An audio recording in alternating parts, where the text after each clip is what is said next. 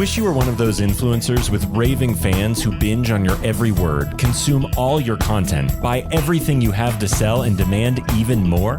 Then stay tuned while Authority Magazine columnist and BuzzFeed contributor Tracy Hazzard shares strategies, tips, and tactics from top videocasters, podcasters, authors, and social influencers on creating that bingeable factor. Now, let's join Tracy as she explores how to rise above all the digital noise with the binge factor.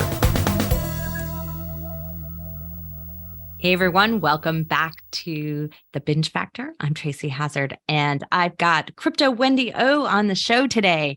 I was on one of her lives, which is streamed to Twitter Spaces, and we had a lot of fun with that. And I had to invite her back to talk about how she preps her show, how she does this, because it's an interesting show because it's got this sort of trading series kind of experience, this idea of trading crypto. And, so it's got a stock show kind of model to it. And it's really quite high energy, fun, and got a lot of research that needs to go into it, or at least a lot of data that has to go into it. So I'm very curious to hear how she does it and how much she preps and what she does in advance. So it should be really interesting to hear what she has to say now that I've experienced it from the other side, which it seemed extremely prepped and professional. So interestingly enough, so Crypto Wendy O, she became interested in cryptocurrency and blockchain in 2017 and quickly realized that blockchain technology had the potential to revolutionize, improve the quality of life for all classes, and transform the traditional finance industry. And since she's been involved in the summer of 2018, she was also was doing this while she was full-time finishing her degree in business and marketing. And she began the O Show to document her own journey. And she's been fortunate to meet so many great people over the years in person and on this show. Her network and her team have grown, and she's become the largest female voice in the space with millions of views every month across multiple platforms. She's currently focused on providing transparent marketing and media solutions for crypto companies globally, as well as hosting face-to-face meetups and educating people and legislators on the benefits of this exciting new industry. So I'm so glad to have Crypto Wendy O. It's a topic area where we have a lot of shows actually on the Podfaded platform, but we don't really invite a lot of people on about this. So I'm really excited to have a chat with Wendy today. Wendy O, thank you for being here. Crypto Wendy O Show. I love the energy of it. I love the live, even translates into the recording, even though you're not watching the video stream, you still hear it. This is just such a great topic area. And I've been in this arena a little while. And I love that you really have focused on making sure people know where to start. Yes, 100%. Well, thank you for having me. I'm excited. But part of why I started YouTube was because I wanted to live stream my meetups that I was hosting. They've always been free. I've hosted over 4 dozen free meetups in LA County and and in different places too. But part of the reason why is I wanted to learn more about technical analysis. I wanted to teach what I learned. I wanted to learn from other people. And I started putting them on YouTube because I wanted my global audience to be able to see. I only had like 5,000 followers on Twitter at that time, but that's why I started it. And then the YouTube channel, it just kind of forced me to want to become better and to do more and more and more and do media. And because I saw that there was a need for people to come into crypto and to talk about crypto that had a very normal tone, because a lot of the content we have, it's complicated. A lot of it is scripted. A lot of it's not by real people. And I think that I bring something different to the table as to how I explain different topics, because tech is hard. Tech is super, super hard. I didn't come from a tech savvy household. I didn't come from a STEM household. I came from a household with a legitimate single mom. She just wanted me and my sisters to get up and to go to school, and she just did the best that she could. So I had to do a lot of self-teaching. So I want to create a really dope place for people to come and to learn about crypto and to not feel stupid, because nobody's stupid. No, I think that's so important. I once had someone who early on in my exploration of crypto, as I hadn't even played with it yet myself. At this point, I was just sort of exploring it and trying to understand what people were doing there. And I happened to meet in Hollywood this actress who was on one of my brother-in-law's shows. And she said, "Oh, I hold crypto." And I was like, "Oh, okay. Why did you decide to do that?" And that's what just fascinated me. And she said, "Because as I was making money, I was talking to all these investment people and they made me feel stupid. Mm-hmm. But I figured everybody else was brand new to crypto. So we were all going to be stupid together." And I thought, That's a brilliant reason. When I was in the process of quitting my job working in healthcare, I was at the same company 10 years. I worked in their healthcare departments the last 7 years. I'm specializing in HIV/AIDS, coordinating patients' care. I walked into a TD Ameritrade and I was like, hey, because I think GoPro was going super crazy, the stock at that time. This is years ago. And I remember walking in there into that store in like a really bougie part of Orange County. And they're like, oh yeah, if you want to like trade stocks, you need to put like $25,000 down. I was like, no, that was for my college because I was quitting my job to focus on school full time because I was doing it part time. And they just made me feel stupid. Like I look I don't look like, I look kind of weird sometimes. I'm covered in tattoos, which whatever, that's my business. But it made me feel stupid, and I'm not stupid. I'm not illiterate. No, you really are not. I know how to do things. No, I know how to, I'm working on my speaking and all that type of stuff, but it just was so crazy the way I felt. And then I knew about Bitcoin earlier, and then I kind of realized I can trade Bitcoin. So I taught myself how to trade, bought Bitcoin, like all that stuff. And it was just really cool. And the great thing about Bitcoin is, and other cryptocurrency assets, is you can trade these things, buy, sell, transfer them 24/7, 365. And it's a pretty cool thing because banks go down. That's right. They do. And I just watched GameStop last night, the documentary. And I was like, I don't see this happening in crypto. I just don't see it being possible with the way things work over there. It's slightly different. So yeah, it's nice. Yeah. Well, I love that you decided to start your show the way that you did, and that you do this sort of live. And I want to say it has like it has a news magazine feel to it. It has a little bit of those, stock trading shows kind of conversations. So, and you must put a lot of prep into that. So tell us how you prepare for one of your live streams. Funny thing about it is I am a person who likes to kind of work on the cuff of things. If I sit and I prep for something, I perform a lot worse than when I'm just kind of organic. So I do have somebody that helps me in the morning, a staff member. He's kind of like my producer. He sends me like the daily topics, like the breaking news stories. And the reason why we do that, it's not a script. Like I do read the notes he sends because he breaks it down really well to my audience, but then I put in my own opinion because I want them to get what the news said and then my own opinion.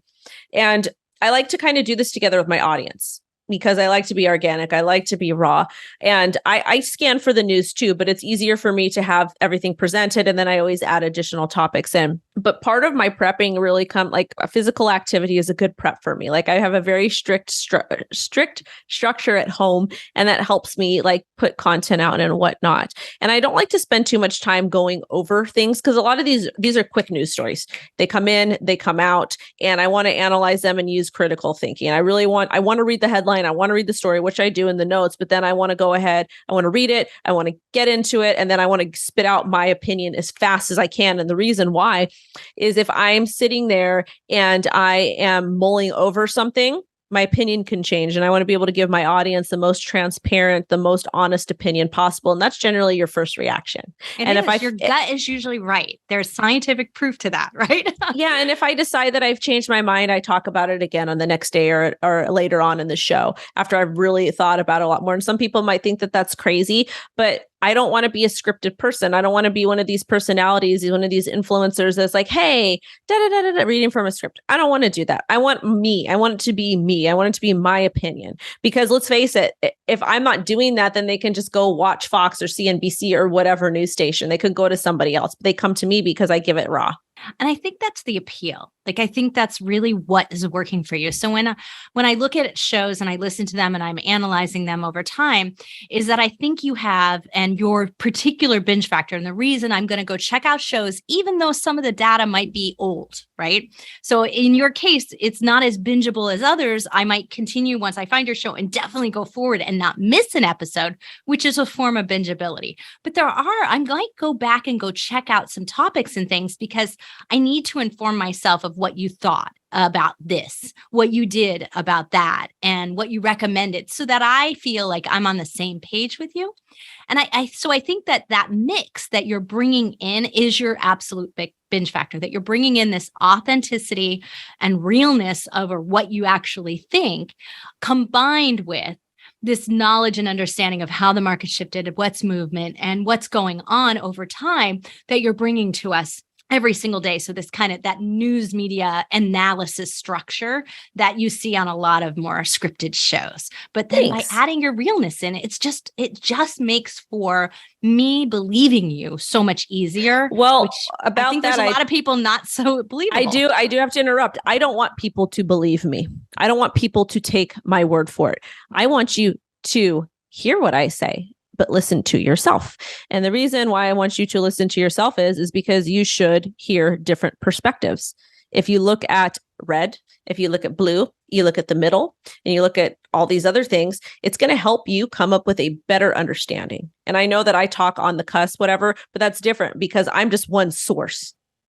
I want you to listen to hear other people, but to listen to yourself, because if you're just listening to me, you're doing yourself a disservice. I love myself. I think I'm great. But at the same time, if I'm sitting and telling you have to hear everything, you have to listen to everything I say, do as I say, then I'm doing my audience a disservice. I'm doing general population a disservice. Hear what I say, but listen to yourself, come up with your own conclusions. And if you want to challenge me. I would love to do that in a very decent manner. Yeah, decent. Let's make that. But that's, I think, you compared to some of the other shows in this niche, and is that they are pontificating. Like there's no other way to describe what they're doing. Is they're out there saying, we're up here and we're just telling you like it is, and you should accept that. And you're not. You're down in the trenches. You're doing it along with most of the people that are along with you. And you're saying, this is what I think. Now go analyze this, figure this out for yourself, which I think is really important in this space because you're not them. You don't have the same risk structure. We all need to evaluate this for I don't want to be the same as anybody else. I grew up very, very differently than most people in the space. I want to be me, and I want to adorn who I am and be proud of who I am. I want to, when I make a mistake, I want to fix it. I want to do better. I want to be held accountable. But at the same time, I also am very proud to be who I am. I'm a human. Humans make mistakes. Like if you're not making a mistake, then I don't know what to tell you, but yeah. Yeah, no. And I think that really comes across to you. So it's one of the things that I absolutely love about your show. So is getting those other viewpoints one way that you sort of evaluate who you might bring on your show as guests? So there's different ways we do that. I generally like my show to be about me. And not in that fashion. Let me explain a little bit. I'm not full of myself, I promise. It's actually taken me a lot. It's actually taken me I'm in my 30s, and it's taken me decades to love who I am and to accept who I am and to know that I matter. It's taken me a very, very long time. I've been through a lot of stuff. But most people, they build their shows with other people. I don't want to do that. I want it to be all me. But I do have a Friday stream, and on the Friday stream, any other content creator, anybody who's in the industry, they're more than welcome to come on that time slot. And it's a bunch of random people who want to come together and talk about crypto, blockchain. I don't care if you like me. I don't care if you don't like me, agree with me, don't agree with me, whatever it is. I just want people and I leave that open for everybody. As far as other people, yes, we do disclose sponsored content. I do have a team that vets all of that stuff. The people that I am very interested in bringing on are experts. So when I talk about experts, I want attorneys. I want crypto blockchain attorneys. I want people that are in politics to come on. I want miners to come on. I want coders to come on. I want technologists to come on. Those are the experts to me. Yeah. Those are the experts. Yeah. You want to get that perspective of what they're into, what they're doing, what they're looking at, because that can broaden your research, your ability to analyze. Agree. Yeah, that's what I like to do. And it's like, I even have, if there's a project that I think is cool, I'll invite them to come on too. So I think it's important. Mentioned something just there about disclose sponsors, right? Yes. And I think that's so critically important because, we're filming this right after Kim Kardashian paid her fine to the SEC and decided to, accept that and move on.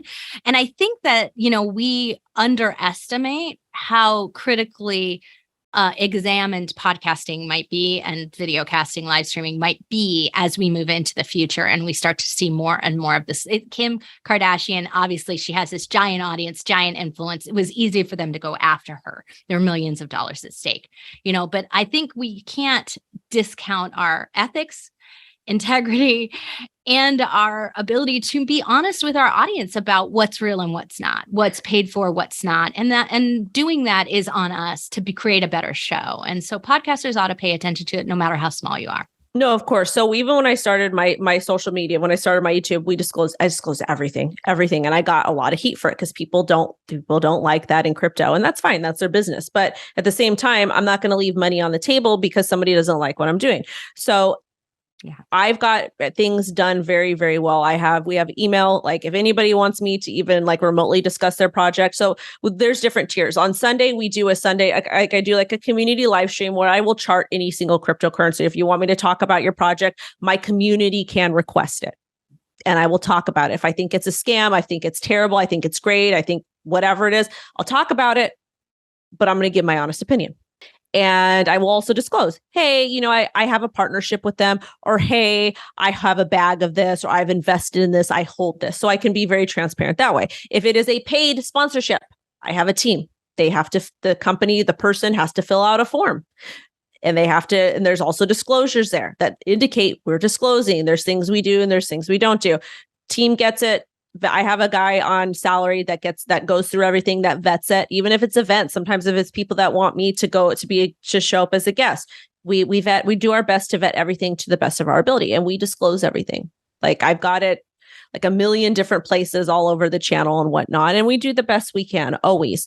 And yeah, and that's that. And we turn down probably 90 or 95% of things that come in, and that's fine. Like if we get a client that looks great.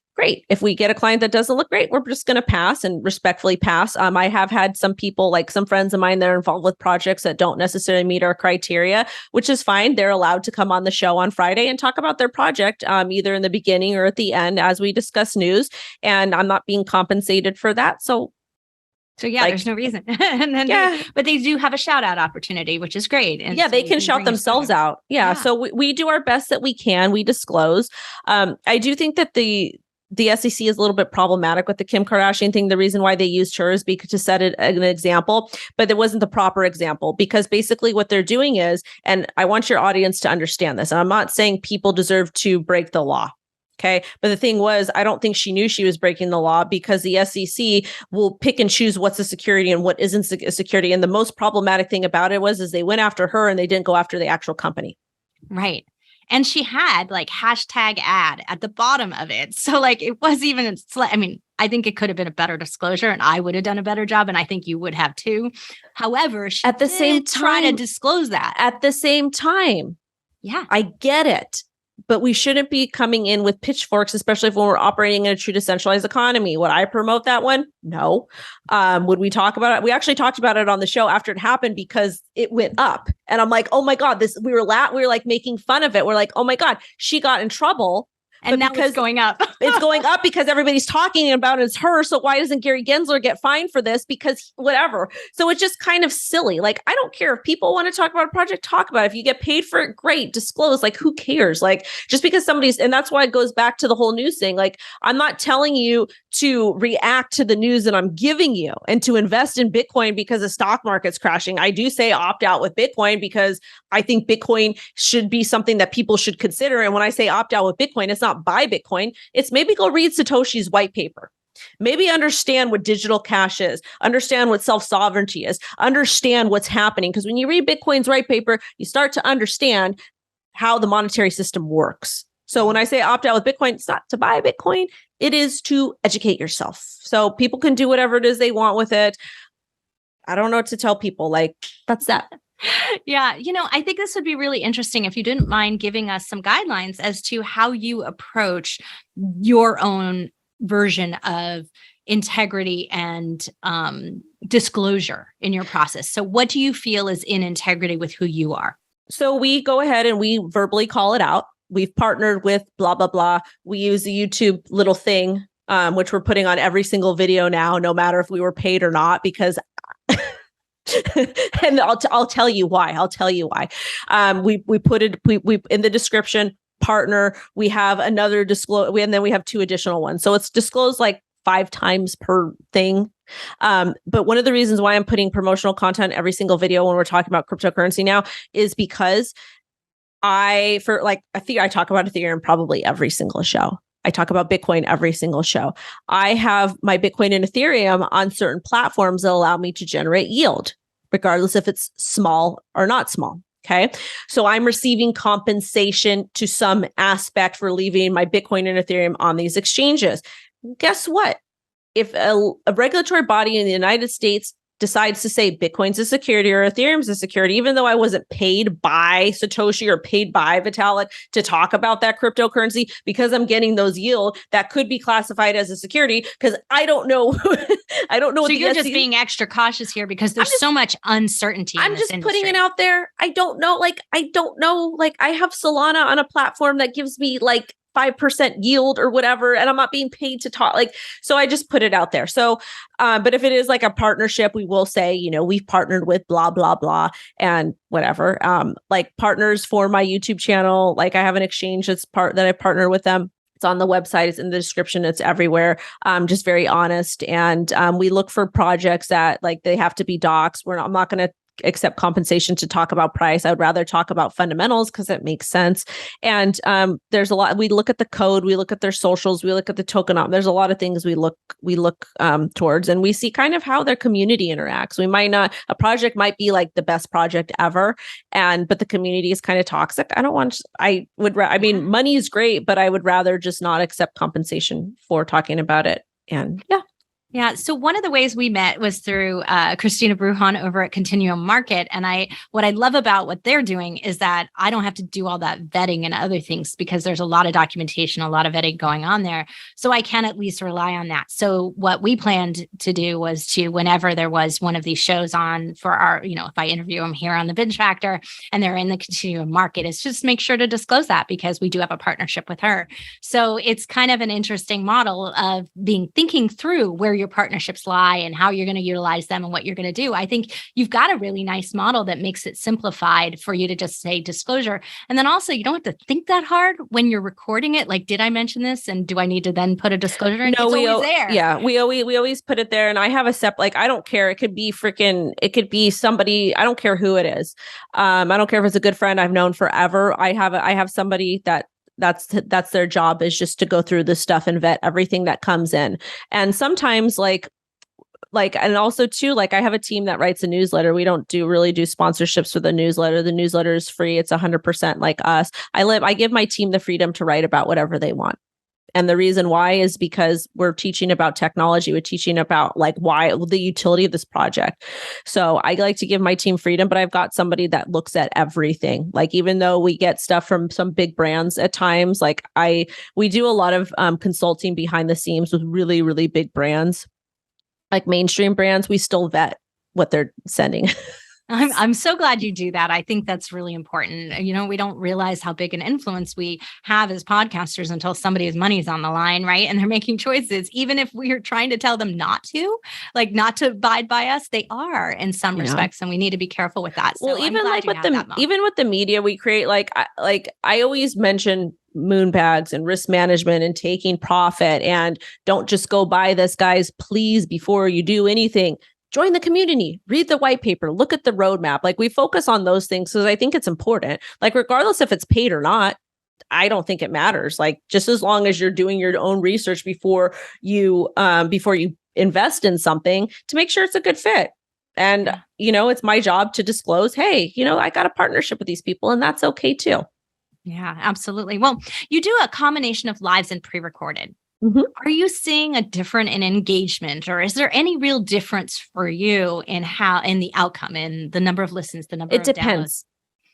So some of the lives do good because I get to interact directly with my audience, which I love.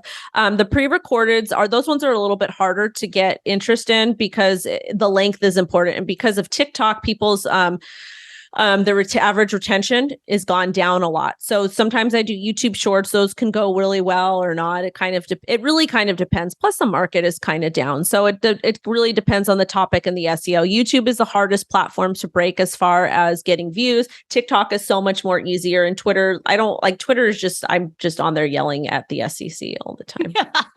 Which has its own benefit, right? Yeah. You feel better afterwards. So it works. Yeah. I love that. Well, I thought it was really great, that sort of commenting that went on when I was on the Friday lives. And I just had so much fun. They're kind of cheeky. Your audience is fun. Yeah, they're great. Like I've got a really great audience and I've prepped them too. Like they know you're going to come with respect or I'm going to yell at you. And that's just the type of person I am because it's important. Like you should show people respect. If you don't like the content, just shut up. No one cares about your opinion.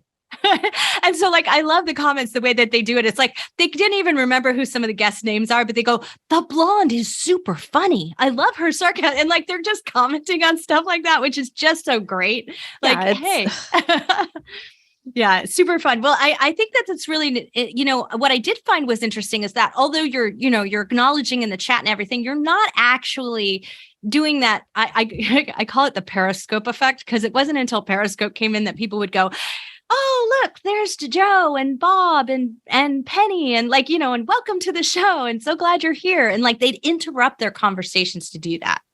I do that sometimes. I try my best not to, but I do that because I want to make sure everybody's validated because I do care about my audience. I care about them a lot. So I do want to make sure they're validated. So I do interrupt myself sometimes. So. You do that. Yeah. See, it just didn't seem, I think because we had a lot to pack in on that day that you maybe didn't have a lot of time for that. So I was curious as to whether or not you still do that. Yeah. I think that has something, it makes for more editing after the fact if you're going to use it for a podcast, but it does make a better dynamic live. Yeah. So I don't do any of the editing. Once it's out, it's out. And if I say something bad, oh, well, whoops. Oh, well, it is what it is. Right. And I love that you do that. So let's talk return on investment. So you've got networking going on, research that you're doing, marketing services that you provide, but where are you seeing the best return on investment from your show? Kind of depends because of the YouTube show, I get a lot of really great opportunities. Like I get a lot of big brands that reach out to me for consulting behind the scenes, which is awesome.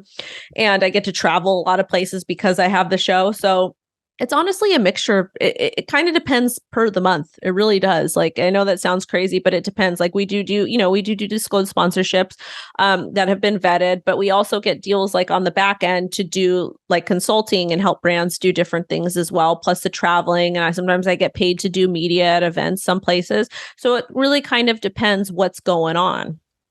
So what's next for the Wendy O? I'm just going to vibe. I'm just going to keep going. I'm just going to keep making content. That's all. Well, there's so much going on that I think that you have to keep going because we all need your info. We all need your mind to help us kind of filter through and make us think about what we need to think about. And, I noticed that you have a combination of shorts and more longs. Are you doing more and more shorts nowadays? It depends. It really kind of depends. YouTube's algorithm is really tough to break, and they were pushing the YouTube shorts and then they stopped pushing them. So it really kind of depends. I generally would do a short in the afternoon, like around 1 p.m. PST, because I want to make sure that I do the live in the morning and get all the news out. But it really kind of depends.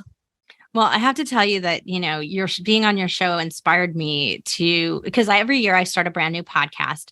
And so I decided that my next one, when I start in 2023, is going to be a live show first. Yay! It's going to be structured that way. You inspired me to try to make that work and figure that out, because I think there's more and more niches and areas of things where live is going to make a lot of sense.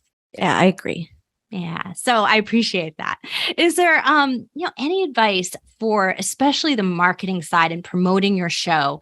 Any advice and tactics that you use that you think are really successful that you could share with our audience? Be on multi-platforms. Be on multi-platforms, Twitter, TikTok, Instagram. You can share content. TikTok is a really great place where you can create 3-minute videos, take those and then post them onto your YouTube, your Twitter, and you can even cut those videos down. Really great. And they've got effects, they've got green screens, they've got all kinds of stuff. But if you're somebody who's interested in content, just keep making it regardless. The bear market is the time to start if that's something you want to do. Oh, thank you. Yeah, thank you for that advice. Well, Crypto Wendy O Show, fantastic. Great advice. Check out her how-to shorts, the trading series, because that's really valuable as well. I love that you have your white paper on your website. You've got blogs going in there. You've got so many links to articles and other things that we might want to check out and we might want to read. Your entire website is a fantastic resource.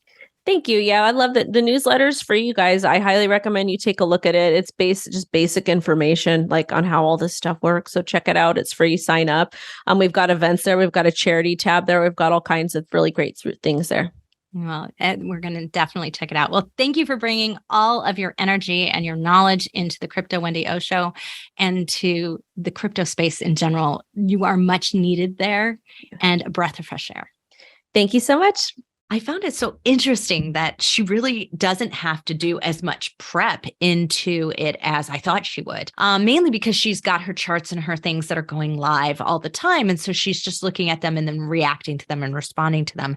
I think that's such an interesting model that she's be able to create this way where the reactions can be really authentic, but what she's watching is something that she would normally be doing anyway. So it's really more a part of her daily work. I think that's really great and exciting. And I'm so grateful to Christina Bruhan from the Continuum Market Network, which is solely focused on all things Web3, because she has brought me so many fascinating and interesting people like Wendy O to be able to have chats with, to be able to explore what's going on, be able to think about how Web3 fits into our podcasting future. And I certainly believe that it does.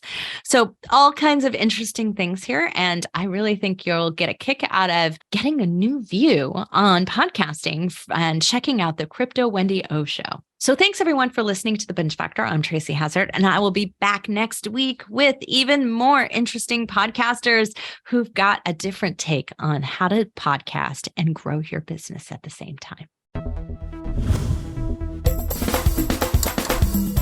You've been listening to the Binge Factor podcast. For more information on podcasting and videocasting success tips and tactics, please go to thebingefactor.com. And be sure to listen to our other show for podcasters called Feed Your Brand. If you'd like to be interviewed on this show, as well as featured in Tracy's column, please go to thebingefactor.com/guest and apply.